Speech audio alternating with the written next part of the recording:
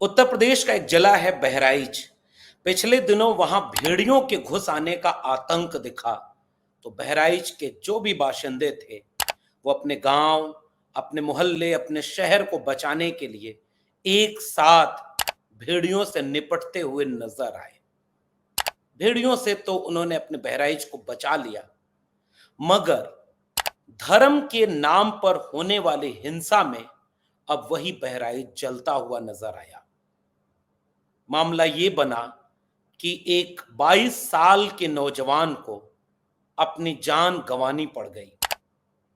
धर्म के नाम पर तनाव और हिंसा का माहौल आज उसी बहराइच को बांट चुका है, जो कल तक शायद एकजुट नजर आ रहा था।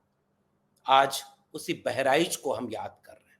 बहराइच में हमेशा की तरह फिर से धार्मिक कार्यक्रम हुए।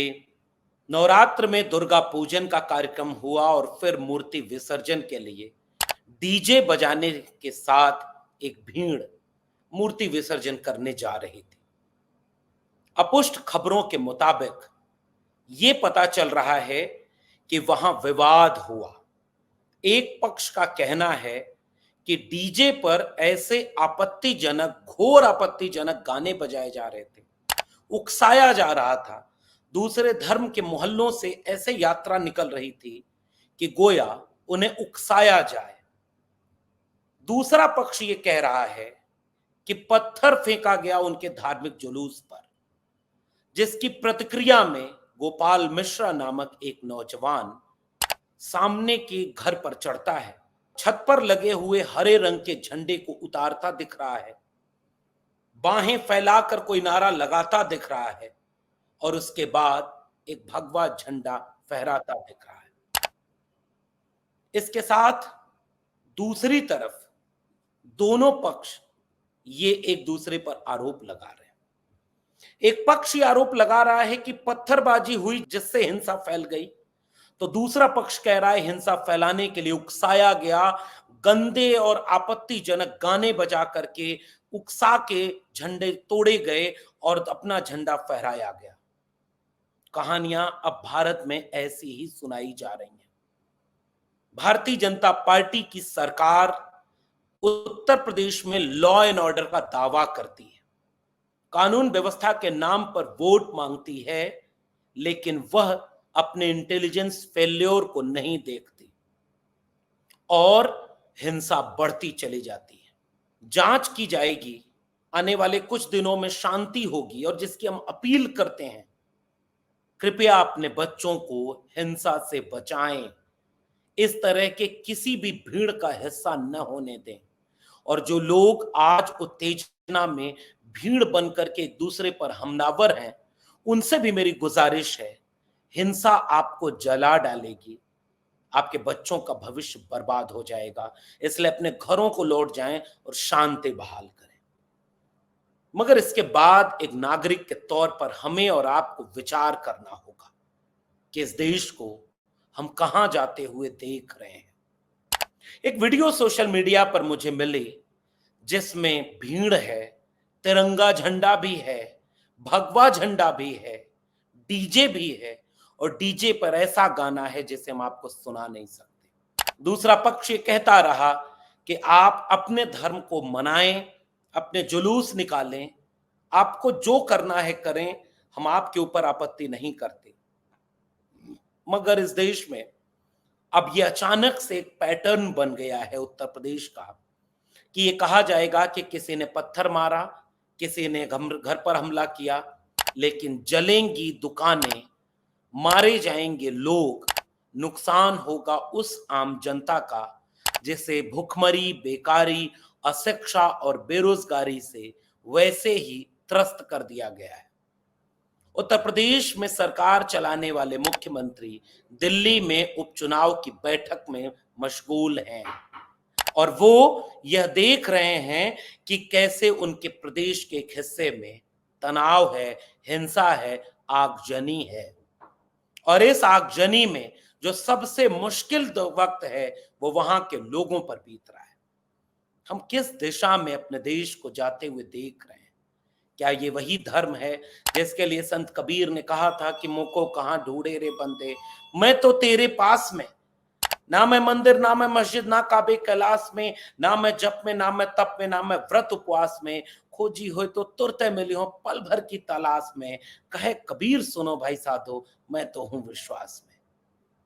इस देश के लिए कबीर ने बहुत पहले लिखा कि पाथर पूजे हरि मिले तो मैं पूजूं पहाड़, ताते ये चाकी भली पीस खाए संसार, तो काकर पाथर जोर के मस्जिद लई चुनाए ताचड़ मुल्ला बाग दे क्या बहरा हुआ खुदाए, अरे इन दोन राह न पाई हिंदुन की हिंदुआई देखी तुर्कन की तुर्काई। किसी देश में संतों ने ये लिखा कि ऐसा चाहूं राज में जहां मिले सबन को अन्न, और छोट बड़ो सब संबसे रविदास रहे प्रसन्न। ये वही देश है जहां फूले अंबेडकर, पेरियार, भगत सिंह, डॉक्टर राम मनोहर लोहिया से लेकर के भारत के संविधान ने सबको इंसाफ और इंसानियत की बात की पैरोकारी की। मगर अफसोस कि दिन प्रतिदिन धर्म के नाम पर सांप्रदायिक हिंसा को बढ़ावा दिया जा रहा है। हिंसक और उत्तेजक भीड़ के रूप में इस देश के उन नौजवानों को इस्तेमाल किया जा रहा है जो चुनाव आने के समय धार्मिक सांप्रदायिक दंगे की भीड़ में शामिल हो जाते हैं। इन बच्चों के लाठी लेकर दौड़ते गांव गांव में देखिए ये किनके घरों के बच्चे हैं जिनके हाथ में लाठियां होंगी, तलवारें होंगी, और वो एक धर्म की तरफ से नहीं होंगे। ये सब तरफ इस तरह की अगर हिंसा फैलेगी तो गरीब मारा जाएगा। जिन बच्चों को अच्छी शिक्षा नहीं मिली, उनके हाथ में अच्छा रोजगार नहीं है, उनको चेतना और समझदारी नहीं मिली कि इनको कहीं कोई इस्तेमाल तो नहीं कर रहा, उस भीड़ का हिस्सा बनकर के शायद वो अपना वर्तमान और अपना भविष्य सब बर्बाद करेंगे। क्या ये वही प्रदेश है जिसके मुख्यमंत्री रोज ये दावा करते हैं कि उत्तर प्रदेश का लॉ एंड ऑर्डर दुनिया का सबसे अच्छा है? ये वही प्रदेश है जिसमें आज तक परमानेंट डीजीपी तक नहीं नियुक्त कर पाए? ये वही प्रदेश है जिसकी पुलिस प्रशासन में जब भी कोई इस तरह की भीड़ इकट्ठा होती है, जब उस बच्चे को, 22 साल के नौजवान को, जिसे पता ही नहीं कि उसके सीने पर लगी गोलियों की वजह कौन है जिसने ये हिंसा और नफरत भर दी कि कोई भी कानून अपने हाथ में ले सकता है। वो बच्चा जो इतनी कम उम्र में, और मीडिया में जो खबरें आ रही हैं कि 4 महीने पहले उसकी शादी हुई थी, उसके परिवार का क्या होगा? लोग भूल जाएंगे। और ऐसे तमाम घटनाओं में जो लोग मारे गए उसको लोग भूल जाते हैं। गरीब, कमजोर, और जिसने ये समझा नहीं कि वो किसी का हथियार बन गया है, उसका परिवार बर्बाद हो जाता है। और हमने ऐसी बर्बादियां देखी हैं, लेकिन इस देश में कुछ लोग इसको बाकायदे सुनियोजित ढंग से हिंसा के लिए भीड़ के रूप में इस्तेमाल करते हैं। कहां गया वो लॉ एंड ऑर्डर का प्रदेश जिसके लिए मुख्यमंत्री योगी आदित्यनाथ रोज कोई ना कोई दावा शगुफा छोड़ते रहते हैं? क्या उनका इंटेलिजेंस फोलियोर नहीं है कि जहां भीड़ जा रही है उस भीड़ को किस मोहल्ले से जाना है? अगर वो धार्मिक जुलूस है तो डीजे जा रहा है और डीजे पर कौन सा गाना बज रहा है, क्या वहां के पुलिस प्रशासन को नहीं पता? क्या इस बात को तनाव के रूप में पुलिस प्रशासन, सरकार में बैठे लोग नहीं जानते कि दो धर्मों के बीच तनाव के कौन से बिंदु होते हैं? कब कौन कहां पत्थर मार सकता है, और कब कौन कहां किसके घर पर चढ़कर झंडा तोड़ करके हमला कर सकता है? अगर ये नहीं जानते तो पुलिस प्रशासन, इंटेलिजेंस, सब कुछ अगर ध्वस्त है तो फिर सरकार किस बात के लिए चलती है? ठीका पट्टा और फेक इनकाउंटर के लिए? बहराइच में उसके बाद मृतक युवा के मृत शरीर को रखी गई, भीड़ इकट्ठा हुई और भीड़ ने कितनी जगह पर आगजनी करी, और वहां के लोकल रिपोर्ट बता रही कि कई किलोमीटर में वो दंगे की आग फैल गई। क्या चुनावों के लिए और उपचुनावों को करीब आते देख करके सीधे सांप्रदायिकता की आग में इस देश को झोंका जाएगा? ये सवाल बतौर नागरिक हमें और आपको पूछना होगा। क्या ये यही भारत है जिसमें शिक्षा बर्बाद हो जाए, कभी कोई भीड़ शिक्षा बचाने सड़क पर नहीं उतरेगी? नौकरी नहीं मिल रही इस देश के नौजवानों को, सारे बेरोजगार बैठे हैं, और धर्म के नाम पर कहां से वो इतने इकट्ठा होकर के, उत्तेजक होकर के हमलावर और हिंसक हो जा रहे हैं? ये सोचना इस देश को पड़ेगा, और उन नेताओं को पहचानना होगा जो हिंसक बातें बोलते हैं, बटेंगे तो कटेंगे, एक रहेंगे तो नेक रहेंगे। कौन है ये जो बांट रहा है मजहब के नाम पर? बटे तो ये भारत के लोग हैं साहब, एक शिक्षित भारत और एक अनपढ़ भारत। एक रोजगार करोड़ों रुपए का कमा रहा है, चाहे वो गृह मंत्री अमित शाह का बेटा हो, चाहे नेताओं के बच्चे जो विदेश में पढ़ रहे हैं या करोड़ों रुपए के पैकेज में पढ़ रहे हैं। और जो दूसरा हिस्सा है वो बेरोजगार है, जो हाथ में लाठी डंडा तलवार लेकर धर्म बचाने निकल जाता है, क्योंकि उसे धर्म क्या है ये भी नहीं सीख दी गई। और रोज ये हिंसा बढ़ती जाएगी। एक खेमा ताकतवर होकर दूसरे पर हमलावर होगा तो दूसरा खेमा फिर इस पर हमलावर होगा, और ये आग जाने कितने बच्चों परिवारों के भविष्य को लील जाएगी। लेकिन कुछ लोग इस आग पर रोटी सेकते हैं। एक पक्ष को आगे बढ़ाकर ट्विटर पर दिखाएंगे कि देखो हिंदुओं, अब तुम्हारे धार्मिक जुलूस भी तुम नहीं निकाल पाओगे, तुम डीजे भी नहीं बचा पाओगे, तुम्हारे ऊपर पत्थर मारा जाएगा, और कोई अगर पत्थर मारने वाले को जवाब दे तो गोली मार दी गई। देखो फिर कल क्या होगा, फिर ये भीड़ उस पर हमलावर, वो भीड़ फिर इस पर हमलावर।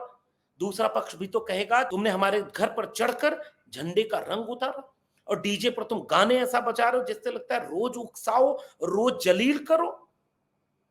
ये देश में हिंसा की आग लगाकर कुछ लोग अपनी रोटियां सेक रहे हैं, क्योंकि आपको भी पता नहीं कि आपके बच्चों के भविष्य में एक आग लगाई गई है, अशिक्षा की, बेरोजगारी की। और उत्तर प्रदेश का लॉ एंड ऑर्डर पूरी तरह ध्वस्त हो चुका है, उसे रोक पाने में भी योगी सरकार फेल है।